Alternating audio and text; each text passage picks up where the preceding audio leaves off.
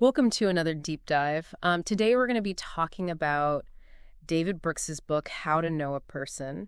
It's really fascinating. I have to say, I used to be the kind of person who avoided those deep one-on-one conversations. Right. And Brooks's book has been a really great resource for me in trying to sort of think about how to have those conversations and what they even mean. Yeah. His central idea is that we can move beyond these really superficial interactions that we have and really learn how to get to know people deeply. Yeah. You know, what's so interesting about the way that he starts off the book is he tells this pretty hilarious story about misjudging people in a bar. Oh, yeah. Like he thought he had them all figured out, and then Right. their lives turned out to be totally different than he expected. Yeah, we've all been there. I think that's why the story is so funny. It's so relatable. We've all been in that situation where we've made assumptions about people based on a first impression or just Yeah. a quick interaction.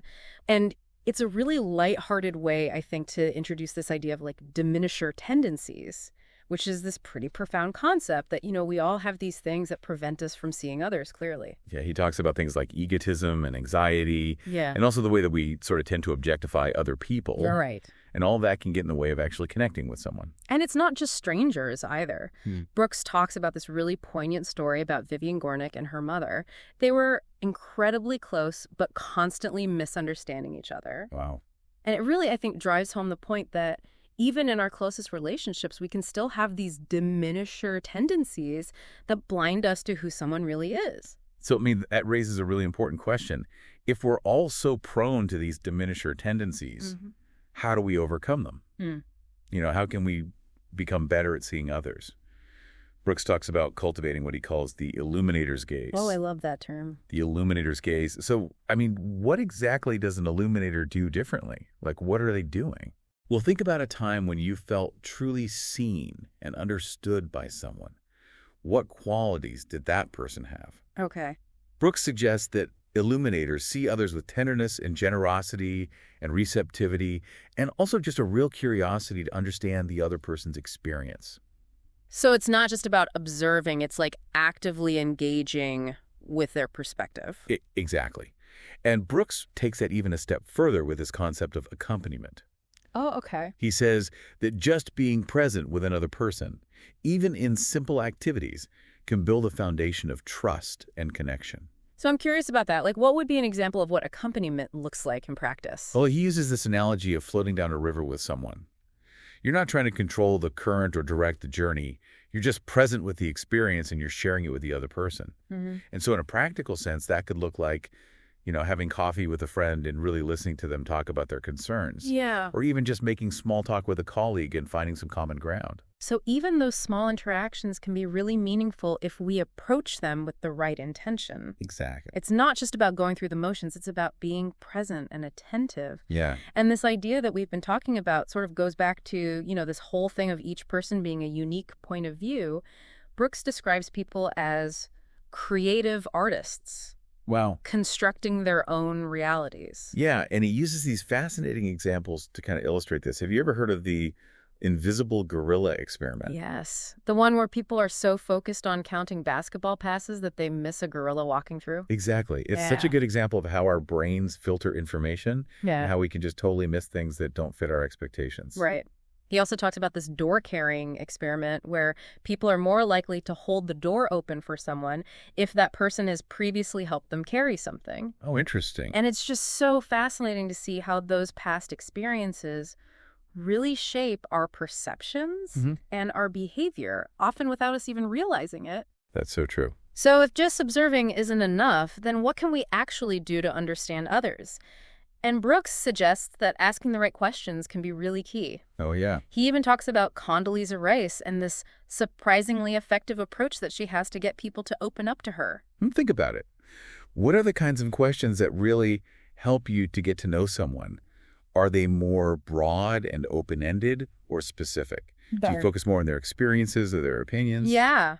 I'm realizing now that my own questioning style might be really limiting my understanding of other people. Brooks also dives into this whole idea of life stories and how they're so powerful and how sharing them and listening to them is crucial for building those really deep connections. He highlights research that shows that we underestimate how much we enjoy connecting with other people, Oh, yeah, for sure. even in these really fleeting encounters like a commute on a train. Oh, that's so true. Like, I've had really meaningful conversations with strangers on planes or trains. Oh, yeah. And he also introduces this concept of the imago, which is this idealized self-image that we present to the world. Okay. And it's fascinating to think about how much our life stories are shaped by this imago.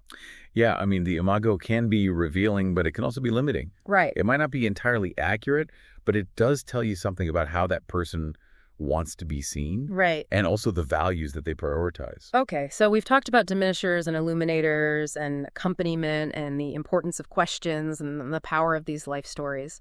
So I'm curious, what else does Brooks explore in this whole quest to know a person? Well, he dives into personality psychology, Mm-hmm. and specifically the big 5 personality traits. Okay. And these are like broad categories that capture some of the core dimensions of personality. Openness, conscientiousness, extroversion, agreeableness, and neuroticism. Now, those terms can sound a little technical, but Brooks uses examples to make them come alive. Right? Like he talks about Erica, who is always seeking pleasure and excitement, and that's a hallmark of extroversion. And then he contrasts her with John F. Kennedy, who was so high in openness that he couldn't stand boredom. Wow. He was constantly seeking out new challenges and experiences. Yeah. It's a really fascinating way to see how those traits play out in real life. It is. And it's really cool that Brooks emphasizes that there is no right or wrong personality type. Yeah. Every personality has its own strengths, and we can all evolve over time. It's not about labeling people or putting them in boxes. It's about appreciating the diversity of human personality Exactly. and how those differences really contribute to the richness of our interactions. Yeah, I'm already starting to see the people in my own life with a fresh perspective after reading this. I can imagine. So I'm really curious to hear more about where he takes us next. Well, he suggests that life is a series of tasks that we grapple with, and he draws on the work of Erik Erikson and Robert Keegan. Okay. And he talks about things like forming an identity and finding a vocation and generating something beyond ourselves, and also achieving a sense of wisdom and wholeness. And these aren't like rigid stages. They're more like templates for understanding different challenges we face throughout life. Yeah, I'm finding this all so insightful, and I'm sure our listeners are as well. And this feels like a good place to pause for now. Okay. And we'll come back and dive into this a little bit deeper. Sounds good. So we're back, and I'm really curious to hear more about these life tasks that Brooks talks about. What are some examples, and how do they shape the way we understand ourselves and other people? Well, he talks about this idea of the generative task, which often emerges in midlife. Okay. And it's about moving beyond our own self-interest and finding meaning in creating something larger than ourselves. Yeah, that resonates with me. It's like shifting from focusing just on your own needs and ambitions to wanting to contribute to something bigger, like raising a family or building a community or making a difference in the world. Exactly. And he tells this compelling story about a man named Adam Newman, who was part of the Grant study. This study followed hundreds of men for decades, and Newman was one of the most unhappy and isolated participants. Oh. But then through a series of life experiences, he eventually found this meaning and purpose in mentoring others and contributing to his community. That's so inspiring. I mean, it really shows that even people who seem like they're stuck in their own ways can evolve and find fulfillment by connecting with something larger than themselves. Yeah, it really highlights the fact that people are constantly evolving. Yeah. And we shouldn't assume that who someone is today is who they'll always be. Right. That's a really good point. And he encourages us to approach each other with that open-mindedness and a willingness to see each other anew. I love that. But he also reminds us that this journey of growth and transformation isn't always easy. Right.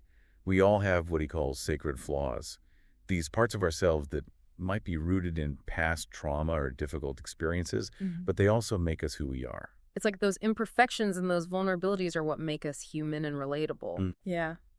Brooks isn't just focused on this individual growth, though. He also explores how we're shaped by the past and by the choices and experiences of our ancestors. He shares this fascinating story of Zora Neale Hurston, who drew strength and inspiration from her African-American heritage and her upbringing in this vibrant community of storytellers. Yeah. And it reminds us that we're not just individuals, we're products of our families and our communities and our cultures. It really makes you think about how much our ancestors have influenced who we are today, even if we're not consciously aware of it. Raw. Have you thought about how your own ancestry might have shaped your values or your perspective? It's something I've been reflecting on a lot since reading this book. Yeah. He also challenges us to consider how our own cultural backgrounds might be shaping our perspectives. Right. Like even seemingly universal values like individualism or collectivism, Yeah. they can vary widely across cultures. That's so important, especially in today's world, which is becoming so increasingly interconnected. It's a good reminder that we need to be aware of our own biases and blind spots and really try to make an effort to see the world through different lenses. It all comes back to the importance of empathy. Yeah. And he really emphasizes that it's not just an emotion.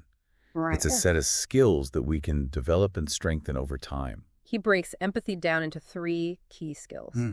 Mirroring, theory of mind, and concern. Right. And it's so fascinating how he ties those together. Yeah, mirroring is about accurately reflecting back the emotions of the person that you're with. Right. And theory of mind is about understanding their perspective and motivations, even if you don't agree with them. Yeah. And then concern is about genuinely caring about their well-being. Yeah, I think those skills are really essential, not just for our personal relationships, but for navigating all kinds of interactions in our lives, Yeah. at work, in our communities, and even in the broader political landscape. Absolutely. He argues that we need empathy to build bridges across these differences and create a more just and compassionate world. Okay, so we've talked about life tasks Yes. and the influence of our ancestors and our culture and this crucial role of empathy. So what else does Brooks explore in this quest to really know a person? Where does he take us from here? Well, he takes us into the realm of difficult conversations. Okay. He reminds us that we don't just encounter each other as individuals, but also as members of groups Right. that are shaped by systems of power and historical inheritances. Yeah, it's like all of those layers of identity and experience can create misunderstandings and tensions, even when we're trying to connect with good intentions. Yeah, he shares this really insightful anecdote about a panel discussion that he was a part of on the culture war. Okay. And he saw it as this broad societal conflict, while another panelist, who was a Black intellectual, saw it very specifically as an attack on the accurate teaching of Black history. It's a really great example of how our own individual experiences and our backgrounds can really shape our understanding of even seemingly shared concepts. Yeah, and he uses this experience to highlight the importance of understanding that every conversation takes place on these 2 levels. Oh, okay. The official conversation, which is like the words that we're saying, and then the actual conversation, which is all of the underlying emotions and intentions that are being communicated. Yeah, sometimes we're so focused on the words that we miss the subtext, Fully. the unspoken messages that are being conveyed through tone and body language and even silence. He also emphasizes the importance of establishing what he calls a shared frame for the conversation, Okay. like agreeing on the purpose and goals of the conversation. Right. Because without that shared understanding, it's really easy to talk past each other, Yay. even when we're using the same words. Yeah, I can see how that would apply to so many situations, from personal disagreements to political debates. Yeah. If we're not on the same page about what we're actually trying to accomplish, it's no wonder we end up so frustrated and polarized. He acknowledges that hard conversations are hard, Yeah. and that we can never fully understand someone whose life experience is so vastly different from our own. Right. But he remains optimistic about the possibility of building trust and mutual respect even across those differences. That's a hopeful message. It is. But even when we disagree, we can still try to understand where the other person is coming from Yeah. and find some common ground. He challenges us to ask those obvious questions like, how do you see this? Yeah. In order to truly grasp another person's point of view and to really listen to the answer without judgment or defensiveness. It's about being willing to step outside of our own comfort zones and engage with perspectives that challenge our own assumptions. I'm starting to realize now how much I avoid those kinds of conversations, even though I know they're really important. I think it's natural to want to avoid conflict and discomfort. But he reminds us that growth often happens outside of our comfort zones. Right. And the rewards of true connection are worth the effort. This is all so much to process. It feels like a good time to pause and let our listeners absorb all of these insights. All right, so we're back for the final part of our deep dive into how to know a person. This book is really, it's challenged me to rethink how I approach relationships and interactions. It's been quite a journey. Yeah, it really Brooks has given us so much to think about from, the those diminisher tendencies we all have, to the importance of cultivating the illuminator's gaze. Yeah, and it's not just about these like individual interactions, right? Brooks keeps reminding us that we're all a part of this larger web of connection, this community of truth, where our minds are constantly shaping and being shaped by each other. Yeah, that idea has really stayed with me, and it's a reminder that our understanding of the world isn't formed in isolation. Right. We're constantly learning from each other even when we don't realize it. Makes you think about those like ripple effects of our actions. Yeah. You know, the ways that we contribute to this collective pool of knowledge and wisdom. I mean, even a simple conversation can have these far-reaching consequences there. You know, he doesn't explicitly say this, but it makes me wonder, could it be that in truly seeing others, we also come to see ourselves more clearly? Ooh, that's a really good point.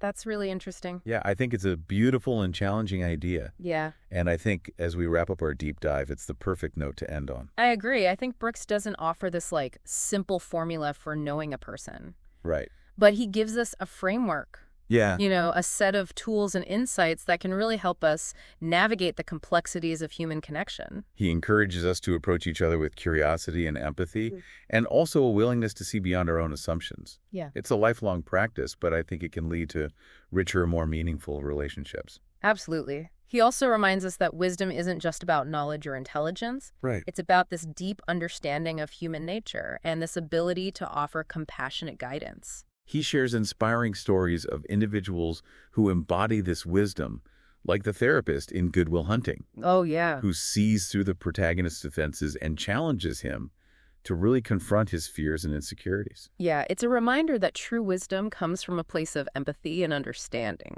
Yeah. not judgment or condemnation. And that the quest for wisdom is this lifelong journey filled with triumphs and stumbles. Right. He's honest about his own shortcomings. Like, he admits that he still struggles with egotism and the tendency to show off his knowledge rather than truly listen to others. It's reassuring in a way, you know? Yeah. It shows that even someone who's dedicated his life to understanding human nature is still a work in progress. Yeah, exactly. It highlights the importance of self-awareness Right. and that ongoing effort to cultivate the illuminator's gaze. It's not a destination, it's a practice. And a practice that can transform not only our relationships, but also our understanding of the world and our place in it. So as we conclude this deep dive, I encourage you to keep exploring these ideas, to observe the people in your life with a fresh perspective, and to keep asking those essential questions that lead to deeper connection and understanding. What does it really mean to see another person? What are those diminisher tendencies that are holding you back? And how can you cultivate that illuminator's gaze in your own life? Those are questions worth pondering. Definitely. And I believe that the more we engage with these questions, the closer we'll come to realizing Brooks's vision of a community of truth, Right. where our minds interpenetrate and our understanding of ourselves and the world is constantly being enriched by our interactions with other people. Thank you for joining us on this deep dive into how to know a person. I hope you've been inspired to approach your relationships with renewed curiosity and empathy and that commitment to truly seeing the people in your life. Until next time, keep seeking, keep questioning, and keep connecting.